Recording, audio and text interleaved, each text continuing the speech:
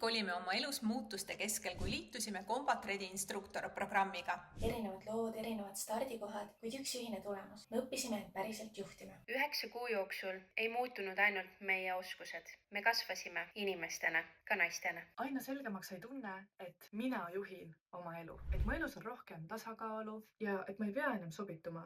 Ma võin olla mina ise. Samal ajal hakkasime me nägema mustrit. Naised, kes kannavad väga palju, ei juhi ise enam oma elu. Tööl oodatakse rohkem, kodus oodatakse rohkem. Ise ootad, et lihtsalt midagi muutuks. Aga tulemus on sama. Kusagil selle vahel kaob aeg enda jaoks. Sellepärast sündiski Combat Ready Her Way.